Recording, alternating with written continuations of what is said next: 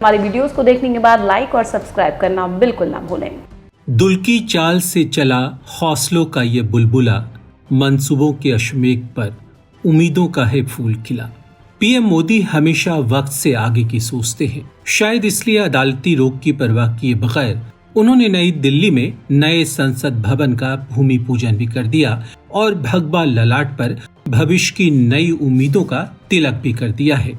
जरा सोचिए तब क्या होगा जब देश में लोकसभा की सीटों को नए परिसीमन का आकार मिलेगा और आबादी के हिसाब से राज्यों को सीटों का प्रतिनिधित्व मिलेगा।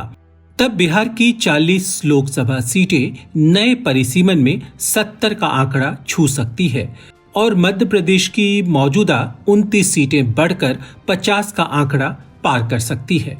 वैसे भी मौजूदा दौर में आबादी के हिसाब से लोकसभा सीटों का असंतुलन बना हुआ है।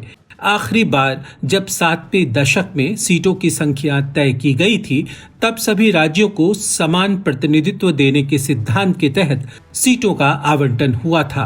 पर इसके बाद बढ़ती आबादी की रफ्तार ने यह संतुलन बिगाड़ कर रख दिया। जैसे उत्तर और पूर्वी राज्यों की आबादी सबसे तेजी से बढ़ी, जबकि दक्षिण भारतीय राज्यों में आबादी बढ़ने की दर स्थिर रही। यही वजह है कि तमिलनाडु की कुल आबादी 7 करोड़ से भी कम है और यहाँ से लोकसभा के 39 सांसद हैं। वहीं मध्य प्रदेश की आबादी 7.5 करोड़ से ज्यादा है और यहाँ सिर्फ 29 सीटें हैं। यूपी में 80 सीटें हैं, जबकि ये सबसे ज्यादा आबादी वाला प्रदेश है। अनुमान लगाएं तो यूपी में 30 लाख की आबादी पर एक सांसद है। वहीं तमिलनाडु में 16 से 17 लाख की आबादी पर एक लोकसभा सीट। अगर इस 16-17 लाख की आबादी को पैमाना माने तो फिर अकेले यूपी में 150 लोकसभा की सीटें बनानी पड़ेंगी। राजस्थान जैसे प्रदेश को भी कम से कम 50 सीटें देनी होगी।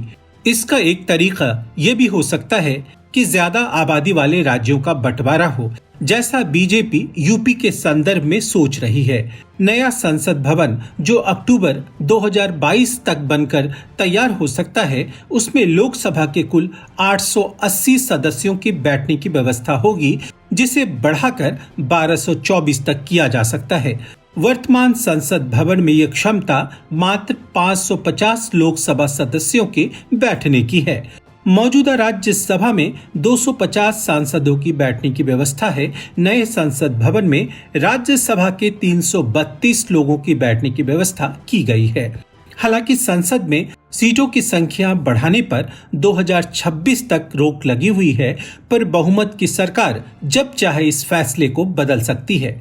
आबादी और लोकसभा सीटों की संख्या को आधार बनाकर मोदी सरकार नया परिसीमन कानून बना सकती है। वरिष्ठ पत्रकार और संपादक अजीत द्विवेदी कहते हैं कि कायदे से 2021 की जनगणना को आधार बनाकर यह किया जा सकता था, पर कोरोना की वजह से 21 की जनसंख्या अभी शुरू ही नहीं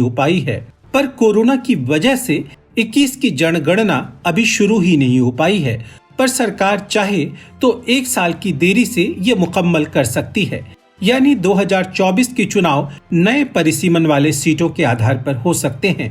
तब दक्षिण की सीटें चाहे उतनी ही रह जाएं, पर उत्तर और पूरब की सीटों में खासा इजाफा हो सकता है और भाजपा के लिए सबसे मुफीद भी शायद यही है। हमारी वीडियोस को देखने के बाद लाइक और सब्सक्राइब करना बिल्कुल ना भूलें।